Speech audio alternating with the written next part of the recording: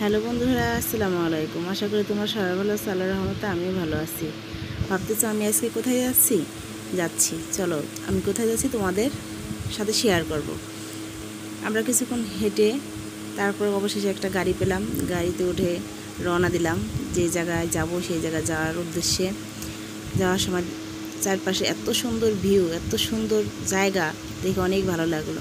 শেষমেশ যে আমরা পৌঁছাইলাম সেই আকাঙ্ক্ষিত জায়গায়।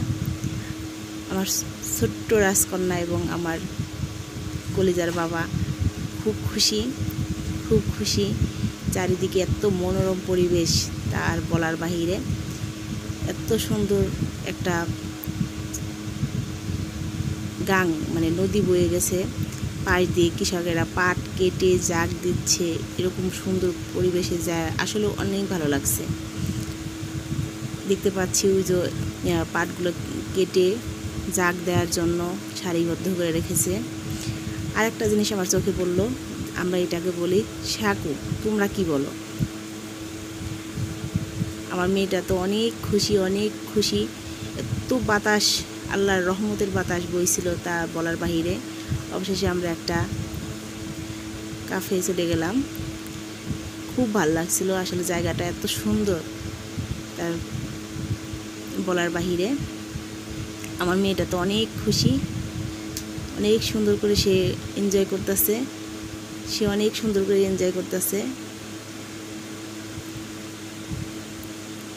আমার সবচেয়ে ভালো লাগতেছে এই কৃষকগুলো কত কষ্ট করে, কত পরিশ্রম করে এই পাটগুলা কেটে এনে পানিতে ফেলছে। চারিদিকে শুধু পাট আর পাট।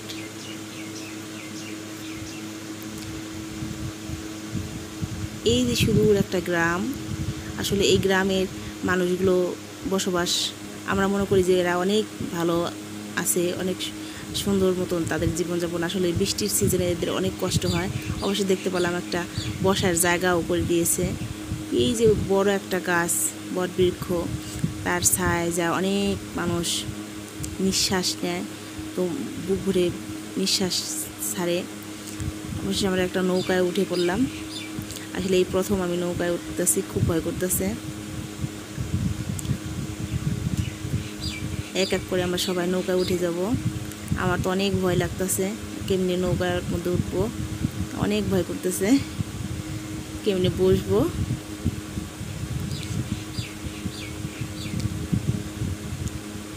অবশেষে নৌকার মধ্যে বসে গেলাম।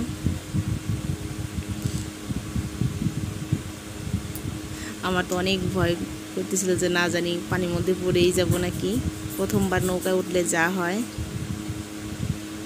আমার মেয়েটা আমাকে নামানোর জন্য চেষ্টা করতেছে।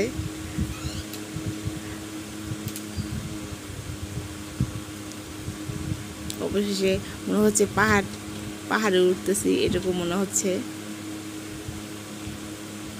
চারপাশের এত সুন্দর ভিউ তার বলার মতো না।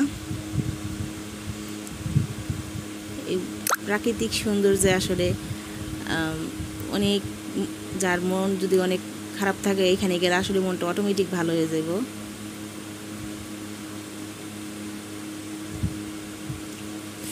আমরা ওই পাশ থেকে এই পাশে চলে আসলাম, কিন্তু কোনো গাড়ি পাচ্ছিলাম না। হাঁটতে আমাদের নাজেহাল অবস্থা। অনেক কষ্ট করে হাঁটতেছি, কোনো গাড়ি পাচ্ছি না।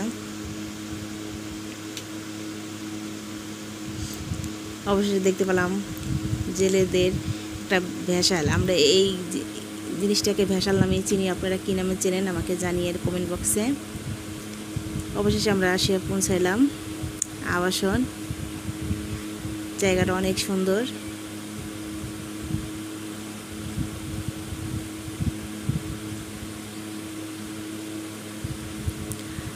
আসলে মাঝে মাঝে এমন হাঁটতে বেরোইলে অনেক ভালো লাগে। আমরা কিছু খাওয়ার জন্য অর্ডার করলাম। এই জায়গাটা দেখতে আসলে অনেক সুন্দর, অনেক মনোরম পরিবেশ, তাই আমরা এখানে বসে একটু রেস্ট নিব এবং কিছু খাওয়া দাওয়া করব। বাচ্চাদের জন্য কিছু খাবার অর্ডার করেছি, এগুলো আসতে একটু দেরি হচ্ছে। অবশেষে খাবারগুলো আসলো। আমার মেয়ে বলতেছিল আম্মু আমি ফুচকা খাবো, এবং আমার বাবা বলতেছিল আমি চটপটি খাবো। আসলে খাবারটা নিয়ে তারা অনেক মজা করতেছিল। আমার ছোট্ট রাজকন্যাটা অনেক দুষ্ট।